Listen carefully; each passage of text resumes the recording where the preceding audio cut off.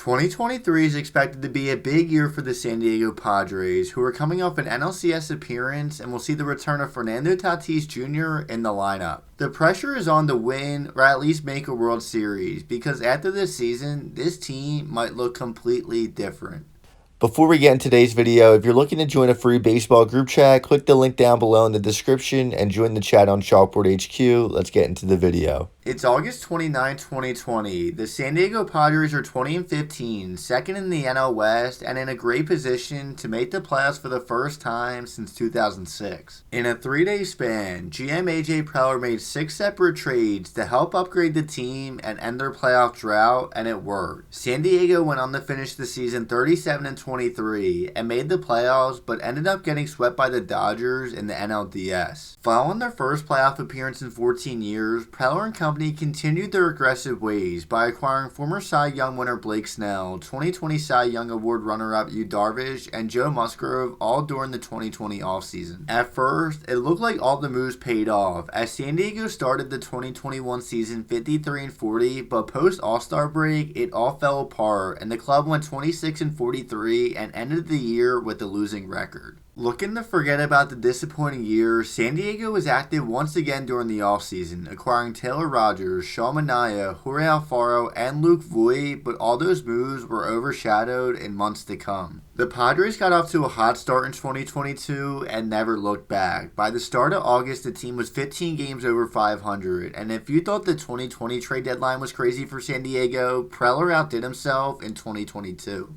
All-star closer Josh Hader was acquired from Milwaukee, Juan Soto and Josh Bell were acquired from Washington, and Brandon Drury was acquired from Cincinnati. Unlike 2020 and 2021, the acquisitions paid off in a big way, as San Diego took the second wildcard spot, defeated the Mets in the wildcard round, and upset the Dodgers in the NLDS before running into a red-hot Phillies team in the NLCS and losing in 6 games. Just 2 wins away from reaching the Fall Classic, if AJ Preller didn't have enough motivation to spend big, he did now, as this offseason he signed 5 players to a combined $360 million. Xander Bogaerts was the big splash on an 11-year, $280 million deal. Nick Martinez and Robert Suarez were both re-signed, and Seth Lugo and Nelson Cruz were brought in as free agent signings. As things look right now, the Padres have one of the best lineups in baseball, but their rotation is questionable, with Nick Martinez and Seth Lugo not being full-time starters in recent years, and the bullpen as a whole is lacking depth. Going into 2023, the Padres need to do everything possible to win a World Series because their window could be closing sooner than people think. After this season, Josh Hader, Blake Snell, and Darvish are all free agents, and Manny Machado has an opt-out clause which he will almost certainly exercise. Those 4 players are some of the biggest pieces on the team, not to mention the following offseason, Hassan Kiem and Juan Soto are free agents as well. It's unlikely San Diego can sign them all, and why it's so important for them to at least make the World Series this year, especially considering what they've done to their farm system.